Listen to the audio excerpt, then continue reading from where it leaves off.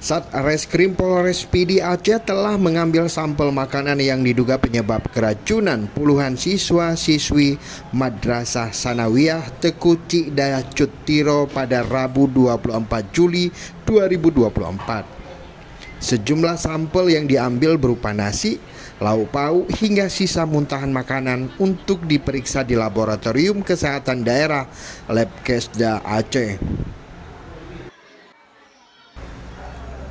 Kasat Reskrim Polres PD AKP Dedi Miswar mengatakan pihaknya juga telah memintai keterangan kepada penjual makanan di kantin sekolah. Menurutnya, penjual nasi yang merupakan warga setempat sudah bertahun-tahun berjualan di sekolah tersebut. Namun baru kali ini terjadi peristiwa yang menghebohkan semua pihak. Langkah kita tadi sudah kita ambil sampelnya BB nasi, yaitu nasi goreng, dan juga ada makanan yang keluar dari para siswa-siswi ini sudah kita bawa ke lab sambil kita menunggu hasil dari Labkesda Provinsi Aceh. Ini mereka memang tidak sarapan, di rumah tidak sarapan, kemudian ketika di sekolah sekitar jam 9 mereka membeli makanan itu nasi goreng.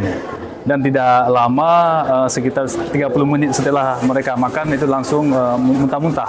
Kayaknya langsung dari pihak kepala sekolah dan dibantu juga oleh Kapolsek beserta personil di Tiro langsung membawa ke Puskesmas Tunku Abdullah Syafing. Demikian.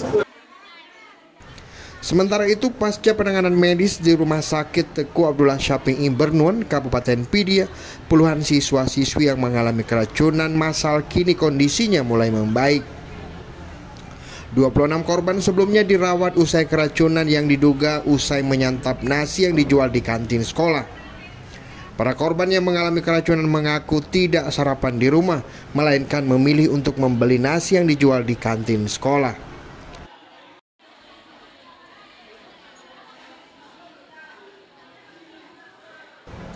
Kejadian ini baru pertama kali terjadi di sekolah dan membuat semua pihak panik. Dari Kabupaten Pidia, Tim Liputan Aceh Video.